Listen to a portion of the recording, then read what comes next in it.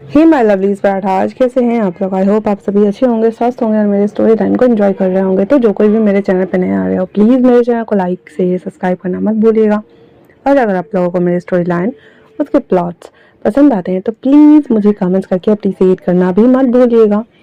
तो जैसा कि लास्ट पार्ट में हम लोगों ने देखा था कि किस तरह से उसे विंग मिल गया था, जो कि 17 साल का ही था ओनली फॉर, और विंग को गए हुए ओनली फॉर मैंने एक जगह 6 मंथ मेंशन कर दिया था, 3 मंथ्स हुए थे, 3 मंथ्स ही हुए थे। और उसके बावजूद वो बच्चा 17 साल का था, जिसे वांग जी जो उसके सामने एक इन लिया हुआ था और उस कमरे में खड़े होकर के वो सामने सबको वो देख रहा होता है और अपने ही मन में बहुत सारे सवालों और जवाब के बीच वो उलझा हुआ होता है।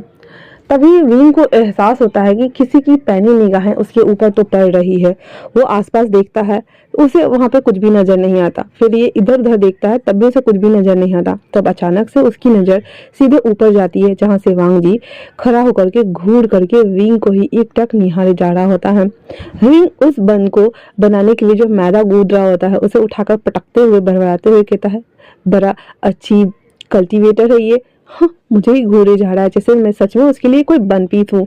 आह, मैंने उनकी हेल्प क्या कर दी, वो तो हमारे पीछे ही पड़ गए हैं। अगर मुझे पता होता कि वो इस तरह से हमें देख रहे हैं तो हम तो उसके पास जाते ही नहीं ना। हमने कितना अच्छा समझा था उन्हें, और वो देखो हमें अपनी खा जाने वाली नजरों से देख रहे हैं। और विंग शिकायत करते हुए बड़बड़ाते हुए उसे वहां बोल रहा होता है। वांग जी इसकी इस क्यूट हरकत को देखते देखते मुस्कुराने लगता है। विंग जो कि बहुत ज्यादा फ्रस्ट्रेट हो गया था, इसीलिए वो वन को जो गुठा गुदा हुआ था उसे वैसे ही पटकता हुआ और दंदन आते हुए सीधे ऊपर आता है। पहले तो वो इनकीपर से झगड़ा करता है, उसके बाद वो आकर के सीधे उस डोर को पीटना शुरू कर देता है जिस कमरे में वांग जी ठहरा हुआ था। सीएम जब उसे देखता है तो जाकर के डोर ओपन करते ही कहता है, मास्टर भी आप।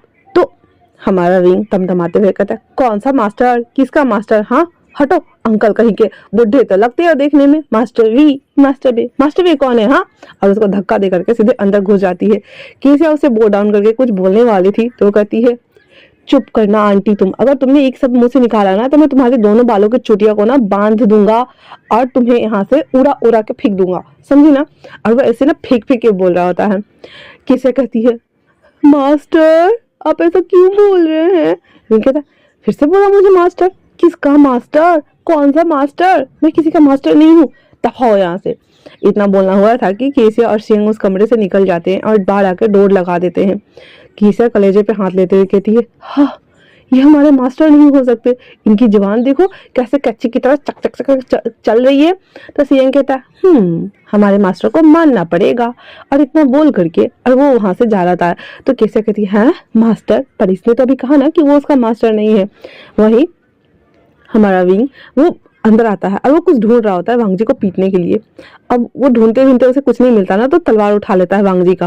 और सच में वो वांग जी की तलवार जो विंग था ना उससे उठ भी जाती है।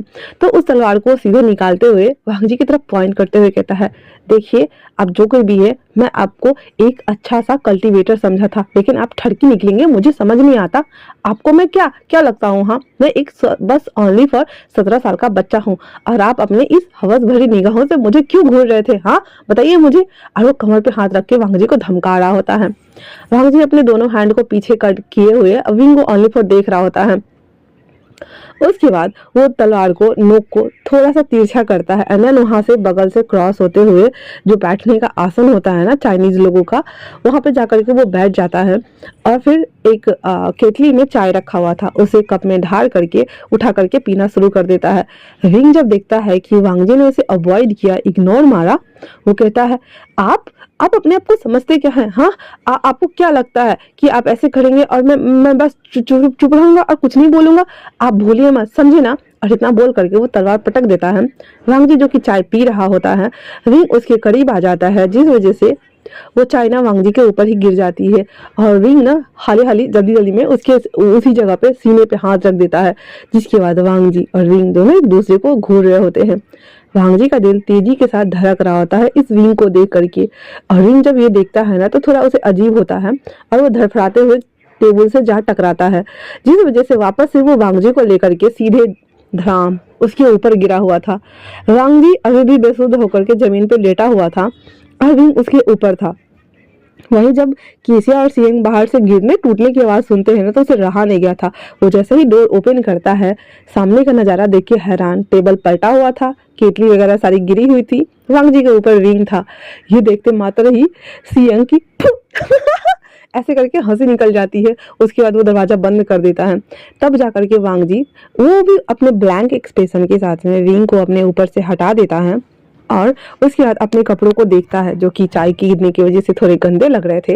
रिंग कहता है अपना सर झुकाते हुए, मुझे माफ कर दीजिए श्रीमान, वो मैं आपको बस वो। फिर उसे याद आता कि अरे वो तो धमकाने आया था ना यहाँ पे। तो कहता है वैसे सफेदी की चमकार वाले अंकल, आप इस कपड़े को बदल लीजिए। अब तो वांग जी मुंह हाँ किए उसको देख रहा है। क्या बोला इसने? सफेदी की चमकार वाले अंकल।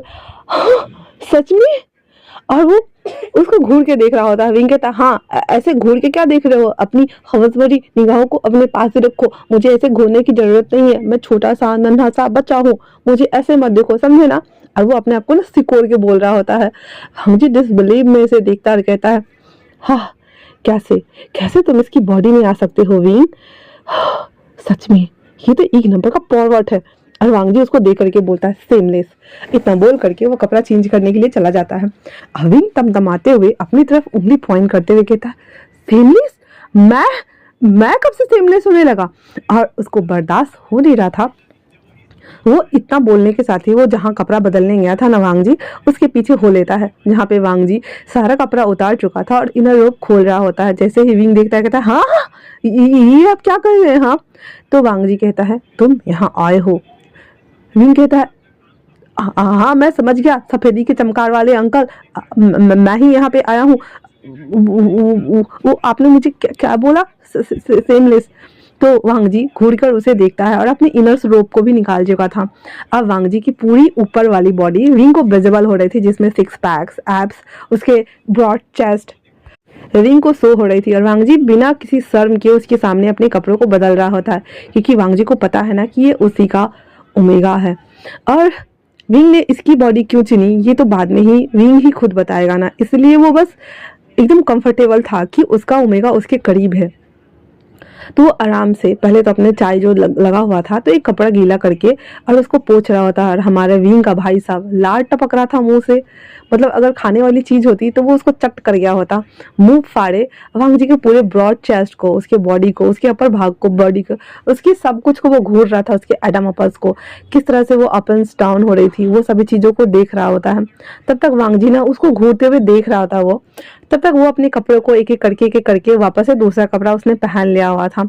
उसके बाद उसके पास आते हुए चुटकी बजाते हुए कहता है अगर घूर कर देखना हो गया हो तो बताओ यहाँ क्या करने आए थे तुम? हाँ। और वापस से जाकर के जो चीज गिरा हुआ था ना, ओनली फॉर टेबल सही करता है, वहां पे जाकर बैठ जाता है, केतली को वापस से चूल्हे पे चढ़ा देता है और चाय बनाना शुरू करता है। वो एक एक चीज को उठा उठा करके वो डाल रहा होता है।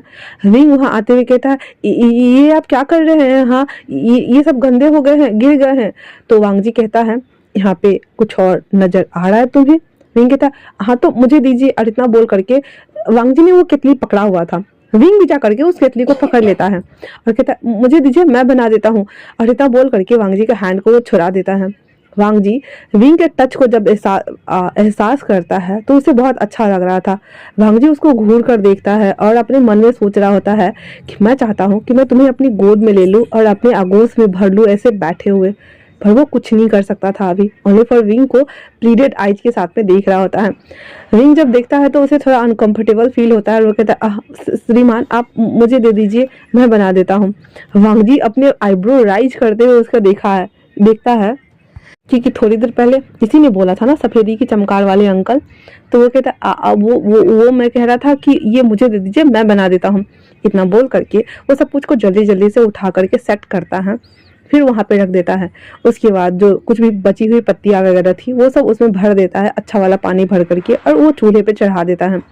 उसके बाद वहां पे एक खंबे से जाके टेक लग के खड़ा हो जाता है और वांग जी को घूर के देख रहा होता है। वांग जी ओनली फॉर अपने आप को एक विश्राम पोजीशन में बैठाए हुए था और ना ही विंग को उससे बात कर रहा था और ना ही वो विंग को देख रहा था। लेकिन हाँ, सर नीचा होने के बावजूद भी वो उसको घूर घूर कर उसी को देख रहा होता है। उसकी आधे बॉडी तक उसकी नजर जा रही थी और उसको देख रहा था, अब्जॉर्ब कर रहा होता है। कितनी पतली बॉडी है, लड़कियों की तरह शेप है इसकी बॉडी का। और तो और इसने हाई पोनीटेल बनाए रखा हुआ है। इसके कपड़े उतने अच्छे नहीं हैं, थोड़े से फटे पुराने टाइप से। वांग जी वो सब एब्जॉर्ब कर रहा होता है धीरे धीरे करके। विंग जब देखता है कि चाय उबल गई है तो उसके लिए वो चाय छान करके उसको बढ़ाते हुए कहता है, हाँ तो आप मुझे बताएंगे कि आप मुझे इस तरह से क्यों घूर रहे थे? हाँ, मैंने आपकी हेल्प की थी, आप तो मेरे पीछे ही नहा धो के पड़ गए हो, आप ऐसा क्यों कर रहे हैं? हाँ। वांग जी चुपचाप से चाय पी रहा होता है। विंग को जो कि बहुत ज्यादा फ्रस्ट्रेट हो रहा था, वो एक हाथ टेबल पे मारता है, पर वांग जी अभी भी शांति पूर्वक चाय पी रहा होता है। विंग कहता है, सफेदी के चमकार वाले अंकल, मुंह में जवान नहीं है क्या? आप बोल नहीं सकते, गूंगे हो? हाँ। वांग जी कहता है, क्या कहना चाहते हो तुम? हाँ। विंग वांग जी के मुंह से इतना सॉफ्टली अपना नाम सुन करके बेचारा विंग मैं आऊं वापस से बैठ गया था। और वो कहता, कुछ नहीं, मैं जा रहा हूँ यहाँ से। हाँ। और इतना बोल करके वो उठता है, पैर पटकता हुआ दरवाजा एकदम फटाक से खोलता है, बाहर आकर के दरवाजा को वैसे ही बंद करता और भाग जाता है। केसी और सीएम दोनों अपना सर पीटते हुए कहते हैं, आह, सच में ये हमारे मास्टर ही है ना? सीएम कहता है, हाँ है तो हमारे मास्टर ही, पर बॉडी किसी और की है। झेलने के लिए तैयार हो जाओ केसिया। केसिया कहती है, चुप करो काला मोटा गेंडा सांप कहीं का, तुम तो और हो। हाँ, कभी उसे मास्टर बोलते हो, कभी उसे मास्टर बोलते हो, और अब तो इसे हमारा विंग ही बना दिए। हमारे राजकुमार कितने पतले दुबले लग रहे हैं, क्या उन्हें खाना नहीं मिलता होगा? केसिया को बात सुनकर सीएम उसे घूर कर देखता है और कहता है, आम लोगों को कैसे समझाए बिहाव क्या होता है, बॉडी ट्रांसफॉर्मेशन क्या होती है, और इमोर्टेलिटी क्या होती है। हाँ, हे ऊपर वाला, केसिया को थोड़ी सद्बुद्धि देना। इतना बोल करके वो बस अपने मन में ही बोलता है ये सब। सर हिलाते हुए अंदर जाता है, जहाँ पे वांग जी चुपचाप से चाय पी रहा होता है, और उसके चेहरे पे हल्की सी मुस्कुराहट होती है जो सियंग नोटिस कर लेता है। आते ही बैठते हुए कहता है, मास्टर, वो हमारे मास्टर ही है ना? वांग जी कहता है, वो तुम्हारे मास्टर ही है, और मेरा, और अपने मन में कहता है, वो मेरा ओमेगा है, पर बहुत तेज है वो, उसे काबू में करना होगा।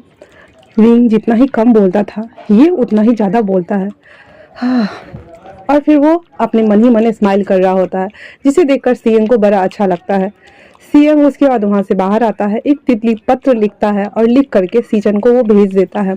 सीचन को जब वो तितली पत्र मिलता है, वो बहुत ज्यादा खुश हो जाता है, उस तितली पत्र को लेकर के आता है और जियांगजिंग के सामने में जोर जोर से पढ़ता है। जियांगजिंग के कानों में वो जैसे ही वॉइस जाती है, वो उठ के बैठ जाता है और सीचन को हक करते हुए कहता है, क्या सच में मेरा भाई लौट आया है?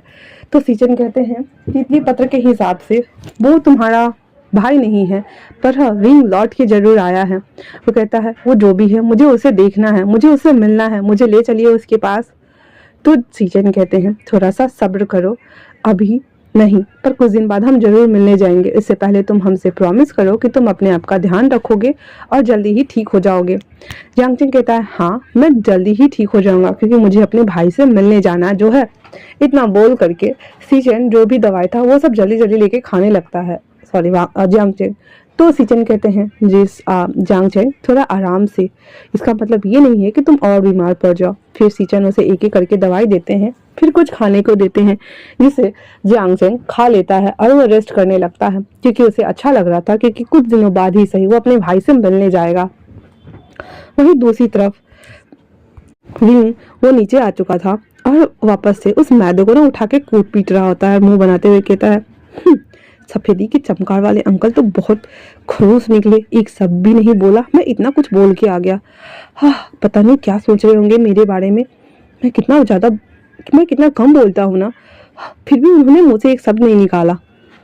मुझे थोड़ी सी और बात करनी चाहिए थी, मुझे कुछ और पूछना चाहिए था, पर सिचुएशन कितना ऑकवर्ड हो गया था। फिर जब वो याद करता है कि किस तरह से वो उसके ऊपर लेन हो गया था, और कहता, तोबा मैं क्या सोच रहा हूँ, और वो खुद से ही ऐसे भरवा के बोले जा रहा था। तभी वहां पे उसके बाबा आते हुए कहते हैं, विंग क्या सोच रहे हो और क्या बोले जा रहे हो? हाँ देखो, कितने सारे ग्राहक बैठे हुए हैं और तुम क्या कर रहे हो? विंग कहता, हाँ बाबा, अभी जस्ट आया। और इतना बोल करके वो जल्दी जल्दी से वापस से वो सब बनाना स्टार्ट कर देता है, और अभी भी कॉज किए जा रहा था वांग जी को। वांग जी चाय पी चुकने के बाद वापस से वहाँ खड़ा हो जाता है। विंग जो कि काम में बिजी हो गया था और उसे पता ही नहीं चला कि वापस से उसका सफेदी के चमकार वाले अंकल उसी को देख रहे हैं। जब सब कुछ बढ़ा देने के बाद वो थोड़ा सा राहत की सांस लेने के लिए दूसरे जहाँ पे पानी का नलका लगा हुआ था वहां पे आके जैसे ही बैठता है तो देखता है कि वांग जी अभी भी उसे ही घूर के देख रहा होता है। यही कहता है इसकी तो रात को बताता हूँ मैं सफेदी की चमकार वाले अंकल। और इतना बोल करके और वो वहां से हाथ रगड़ता हुआ पानी को ऐसे उसी की तरफ इशारा करके छींटते हुए वहां से चला जाता है मुंह बनाते हुए। वांग जी इसकी क्यूट सी हरकतें देख करके वो स्माइल कर रहा होता है क्योंकि हाँ उस विंग में और इस विंग में तो जमीन आसमान का अंतर था, लेकिन इसकी क्यूट सी हरकतें भी वांग जी को बड़ी अच्छी लग रही होती हैं। रात के समय पे वांग जी वापस से खाना वाना खा चुका था और वो मेडिटेशन वाले पोस्चर में बैठा हुआ था। तभी विंग उसको डराने के लिए एक रॉब चुराता है जो कि उसी ईंट में कोई ठहरा हुआ था, तो उसी के कमरे से जाकर के वो चुरा के लेके आता है और वो भी ब्लैक कलर का ही था। वो ले लेता है अपने बाल को, वो पूरा खोल लेता है, थोड़ा सा मेकअप अप्लाई करता है जिससे कि वो चुड़ैल लग रहा था, देखने में अजीब सा लग रहा था। उसके बाद वो खिड़की से कूदते हुए वांग जी के कमरे में एंटर करता है जहाँ पे वो मेडिटेशन पोस्चर में बैठा हुआ था। विंग आता है हंसते हुए कहता है वांग जी, क्योंकि उसने सुना था ना सीएम के मुंह से, इसीलिए वो कहता है तुम यहाँ पे बैठे हो अकेले, हाँ तुम मुझे कैसे भूल सकते हो, तुम मुझे कैसे भूल सकते हो। जब ऐसा सुनता है तो वांग जी अपनी आईज ओपन करता है तो देखता है कि वहां पे कोई भी नहीं था। फिर वो अपनी आंखें बंद कर लेता है और विंग ना पर्दे के पीछे जाकर छुपा हुआ था। वांग जी उसे एहसास हो गया था कि कमरे में कोई तो है, पर उसने देखा नहीं था, इसलिए वापस वो अपनी आंखें बंद कर लेता है। विंग ना धीरे धीरे करके उसके सामने आता है और खड़ा हो जाता है, जोर से हंसने लगता है। वांग जी खड़ा होता है और विंग के हाथों को मोड़ते हुए ना उसे खींच करके अपने गोद में बैठा लेता और कहता है हाँ ये ड्रेस तुम पे काफी जच रहा है विंग। उसकी बात सुनने के बाद बेचारा हमारा विंग, उसका दिल तो मुंह में ही आ गया था और वो कहता है ये क्या कर रहे हो, मुझे छोड़ो सफेदी के चमकार वाले अंकल। तो वांग जी कहता अच्छा तुम हो, मुझे लगा सच में मेरा विंग आ गया। तो कहता तुम्हारा विंग से क्या मतलब है, हाँ छोड़ो मुझे, मैंने कहा ना छोड़ो मुझे छोड़ो। और इतना बोल करके उसकी गोद से वो उठने का ट्राई करने लगते हैं। वांग जी उसको छोड़ देता है, फिर विंग उठ जाता है और अपने वो उन इतने लंबे कपड़े थे वो उसको ठीक ठाक करते हुए कहता मैं वो बस यहाँ पे देखने आया था कि तुम सो या नहीं। तो वांग जी आईब्रो राइज करते हुए कहता हाँ तो क्या देखा। तो विंग कहता हाँ तो सो जा, मैं चलता हूँ, हाँ इतना बोल करके और वो वहां से बाहर भाग जाता है। वांग जी उसको जाते हुए देखता है। उसके जाने के बाद विंग उन कपड़ों को उतार के फेंक देता है और अपना मुंह वॉश करता है, जिसकी वजह से उसका पूरा मुंह काला काला हो गया था और कहता ये किस तरह का मेकअप है, जा ही नहीं रहा है। हर वो जैसे घर में एंटर करता है तो वहाँ पे विन्नी था, वो उसे देखता है तो कहता हाँ ये क्या है। तो विंग कहता क्या क्या है, हाँ तो कहता तुम कौन हो, हाँ। तो विनिंग की बात सुनने के बाद विंग कहता मैं हूँ और कौन है, देखो मुझे मैं हूँ। तो विनिंग कहता भू भू भू भू भू ऐसा बोलकर चिल्लाने लगता है। तभी वहां पे विंग के बाबा उठते हैं और कहते हैं हाँ भूत, और वो विंग को मारने वाले थे। तो विंग चिल्लाते हुए कहता मैं हूँ बाबा, मैं विंग विंग विंग। तभी उसके बाबा डंडा लेके आए हुए थे, लालटेन लेके आया हुआ था विनिंग, और वो उसे देखते कहता हाँ तुमने अपना ये हुलिया क्या बनाया हुआ है, हाँ। और उसको ना उसके बाबा डांट लगाते हैं। तो विन्नी कहता है आपने ये क्या किया है, हाँ आप इतने ज्यादा बुरे क्यों दिख रहे हो। तो विंग कहता है मैं और बुरा दिख रहा हूँ, कुछ भी, रुक जाओ, आने दो सीजीए को, फिर मैं बताता हूँ तुम लोगों को, तुम लोग बहुत दुष्ट हो, मुझे बहुत परेशान करते रहते हो, हाँ। और इतना बोल करके विंग पैर पटकता हुआ वहां से चला जाता है। तो विंग के बाबा कहते हम परेशान करते हैं, यही सबके नाक में दम करके रखे रहता है ना विनिंग कहता हाँ सही कहा, हाँ। और इतना बोल करके वो दोनों सोने चले जाते हैं विंग को देखते हुए। अब आधी रात हो चुकी थी, विंग को तो वैसे भी बहुत ज्यादा गुस्सा आ रहा था, उसको नींद तो आ नहीं रही थी, इसीलिए वो उठता है और अपने छज्जे पे जाके बैठ जाता है। फिर उसकी छत से लगा ही एक बहुत बड़ा नारियल का पेड़ था, उस नारियल के पेड़ से एक पत्ता को तोड़ लेता है और तोड़ करके उसे फोल्ड करता हुआ उस पर एक धुन बजाना शुरू कर देता है। वो जब धुन बजा रहा होता है तो वांग जी, जो कि अभी भी मेडिटेशन पोस्चर में ही बैठा हुआ था, वो सोया नहीं था। वो जैसे ही ये धुन सुनता है वो उठ के वहां पे आ जाता है और उसे देखने लगता है। उसे देखने के बाद वांग जी पता नहीं क्यों उस धुन में खो सा जा रहा था, क्योंकि वो धुन उसे बहुत ही अच्छा और रिलैक्सेशन सूदिंग फील करवा रही होती है और उसको वो सुन रहा होता है। फिर अचानक से वांग जी को कुछ ख्याल आता है और उड़ता हुआ वो सीधे विंग के पीछे जाके खड़ा हो जाता है। विंग जब देखता है कि अचानक से आवाज होती है ना कड़कड़ की, तो वो पीछे देखता है जहाँ पे वांग जी खड़ा था, वो डर जाता है और गिरने वाला होता है, तो वांग जी फ्लाई करके उसे बचा लेता है और वापस से वो दोनों छज्जे पे बैठे होते हैं। वांग जी उससे कहता है तुम्हें ये बजाना पसंद है? तो विंग कहता है मुझे बहुत पसंद है बजाना, पर मेरे पास इतने पैसे नहीं है कि मैं बांसुरी खरीद सकूं। तो वांग जी कहता है क्या तुम्हें बांसुरी चाहिए? तो विंग कहता है पता नहीं, पर मुझे अच्छा लगता है ऐसे धुन बनाना और बजाना। वांग जी कहता है क्या तुम मेरे लिए बजा सकते हो? तो विंग कहता है कुछ सोचते हुए हाँ बजा तो सकता हूँ, पर बदले में मुझे पैसे दोगे? वांग जी कहता है अपने मन में ये लालची भी है। वो कहता है ठीक है, अगर तुम मेरे लिए रोज बजाओगे तो मैं तुम्हें रोज एक चांदी का सिक्का दूंगा। विंग मान जाता है, कहता है क्या सच में? तो वांग जी कहता है सच में, तो तुम्हें मेरे लिए रोज बजाना होगा जब तक कि मैं सो न जाऊं। तो कहता है हाँ ठीक है चलो चलो। फिर विंग भी उठता है, वांग जी के हैंड को पकड़ते हुए उसको खींच के ले जाने लगता है। तो कहता है संभाल के, तुम गिर जाओगे, मैं ले जाता हूँ। इतना बोलने के साथ ही वांग जी विंग को कमर से पकड़ता है और वो सीधे फ्लाइंग करना स्टार्ट करता है। विंग पहले तो अनकंफर्टेबल हो गया था, फिर वो कस के वांग जी को पकड़ लेता है क्योंकि वो गिर जाता तो उसे डर लग रहा था। उसके बाद वो उसको देख रहा होता है, उसकी ब्यूटी को, उसके चार्म को, वो कितना ज्यादा हैंडसम और ग्लो कर रहा था। उस समय वो खोया हुआ था और वांग जी उसे उड़ा करके अपने इनके अंदर लेके आ जाता है। तो आज के लिए इतना ही।